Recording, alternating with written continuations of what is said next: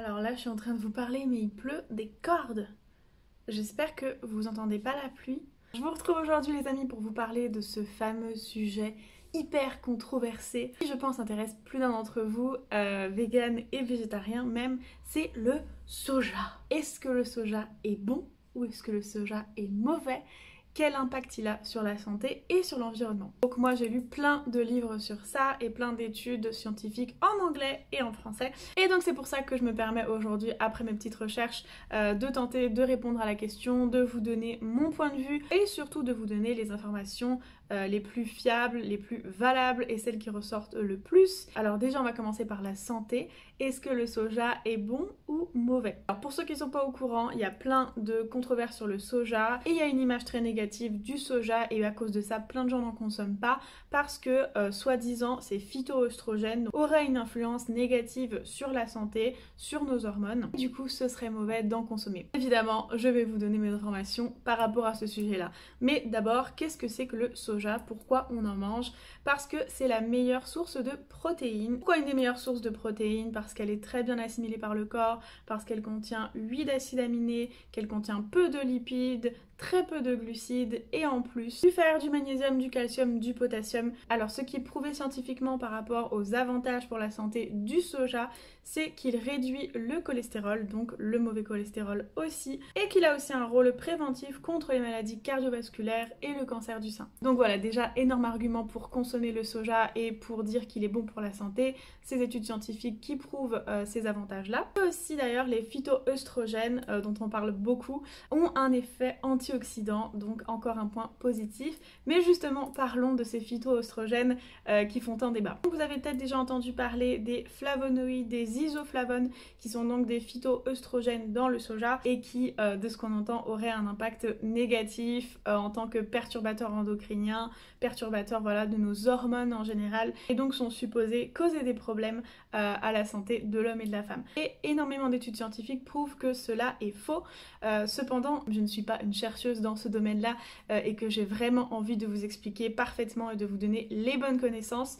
Je ne vais pas m'aventurer à essayer de vulgariser moi-même ces études, je vais plutôt vous lire directement un livre qui les vulgarise et qui lui est un livre scientifique et ce sera beaucoup plus facile à comprendre pour vous. Le soja contient des isoflavones, autrement appelés phytoœstrogènes.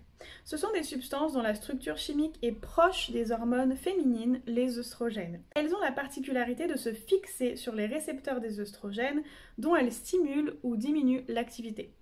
C'est pourquoi on les accuse souvent d'induire des dérèglements hormonaux chez les enfants et les adultes.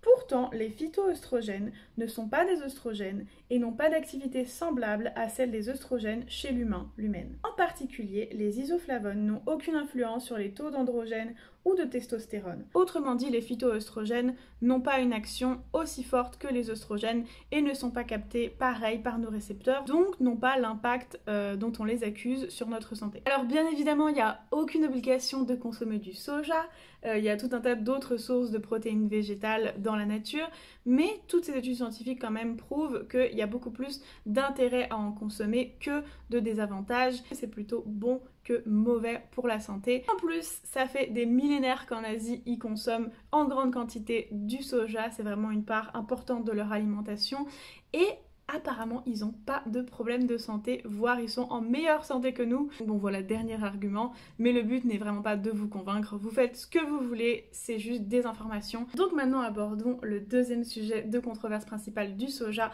est-ce qu'il est bon ou mauvais pour l'environnement? Alors c'est très simple, oui, la production de soja a un énorme impact négatif sur l'environnement, mais ce n'est pas pour autant qu'on ne peut pas trouver du soja qui n'a pas cet impact négatif sur l'environnement et qui est bon pour nous et bon pour la planète. Mais d'abord, pourquoi la production de soja est très mauvaise pour l'environnement? Alors déjà, il y a deux types de soja, le soja qui est produit pour nous et le soja qui est produit pour le bétail, donc pour nourrir tous ces animaux qu'on exploite, qu'on va ensuite tuer pour les vendre, pour qu'on les mange.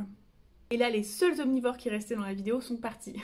Et la production de ce soja qui est destiné à l'alimentation du bétail est de 85%. Donc dans toute la production mondiale du soja, 85% de ce soja est fait pour les animaux. Donc évidemment, manger de la viande, manger des animaux participe à l'impact négatif que le soja a sur l'environnement. Maintenant, qu'en est-il du soja qui est produit pour nous, pour qu'on le mange? Alors le problème avec ce soja-là, c'est que à cause de la forte demande, aujourd'hui 70% de la production du soja et du soja génétiquement modifié, donc du soja OGM. Et pour produire ce soja OGM, on va utiliser des pesticides, notamment des pesticides extrêmement nocifs pour la santé, comme le glyphosate, je pense que vous en avez entendu parler. Et ces cultures de soja OGM dangereuses impactent pas seulement la santé des humains qui en mangent et des producteurs, mais aussi la santé des sols, des fleuves, des rivières, et a un impact général sur la biodiversité terrestre et marine. Donc ça, c'est pour le problème que pose le soja génétiquement modifié,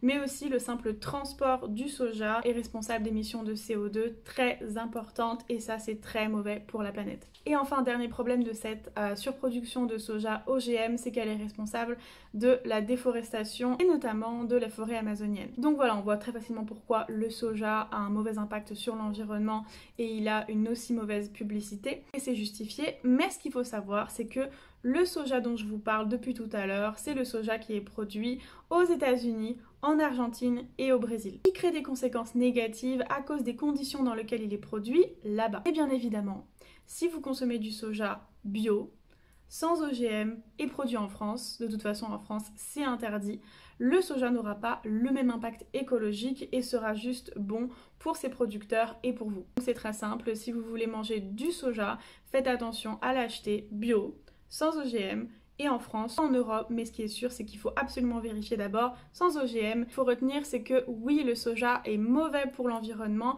quand il est produit dans ces conditions-là qui ne sont pas naturelles et qui ne respectent pas l'environnement. Et bien évidemment, le meilleur moyen de protéger la planète, c'est d'arrêter de manger de la viande, puisque cette viande, elle est nourrie par ce soja OGM qui pose tous ces problèmes à l'environnement. Et donc le soja, c'est un bon moyen de ne pas manger de la viande et de remplacer vos protéines, mais il faut juste bien le choisir. Et aussi, il est important de savoir que le soja, il se trouve un petit peu partout aujourd'hui. Il y a des traces de soja dans plein de produits qui n'ont même rien à voir avec le soja, dans le chocolat, enfin voilà, vraiment vous pouvez voir, dans plein de listes d'ingrédients, il y a écrit soja. Et là c'est pareil, si vous achetez ces produits-là, vous ne contrôlez pas quel soja vous achetez et donc vous pouvez participer indirectement à cet impact négatif sur l'environnement. Donc pour résumer, ce qui est mieux, c'est que au lieu d'acheter des choses préparées à base de soja ou même des produits avec du soja caché à l'intérieur, achetez-vous directement du tofu bio sans OGM produit en France ou en Europe. Pareil pour le lait, pareil pour la crème de soja. Et voilà, c'est tout. Vous savez tout sur le soja, en tout cas sur son impact sur la santé et sur l'environnement. J'espère que cette vidéo vous a plu. Si c'est le cas, n'hésitez pas à me mettre un pouce bleu, c'est super important pour moi et vous me feriez super plaisir. Et si vous n'êtes pas encore abonné à ma chaîne, vous pouvez vous abonner, voilà, c'est gratuit. Je poste 3 vidéos par semaine, une le mardi, une le jeudi, une le samedi. Des recettes vegan et sans gluten, des journées dans mon assiette, des meal prep, et des vidéos comme aujourd'hui sur des sujets qui concernent le véganisme, soit directement, soit indirectement. Donc je vous dis à bientôt dans une nouvelle vidéo et je vous fais des gros bisous.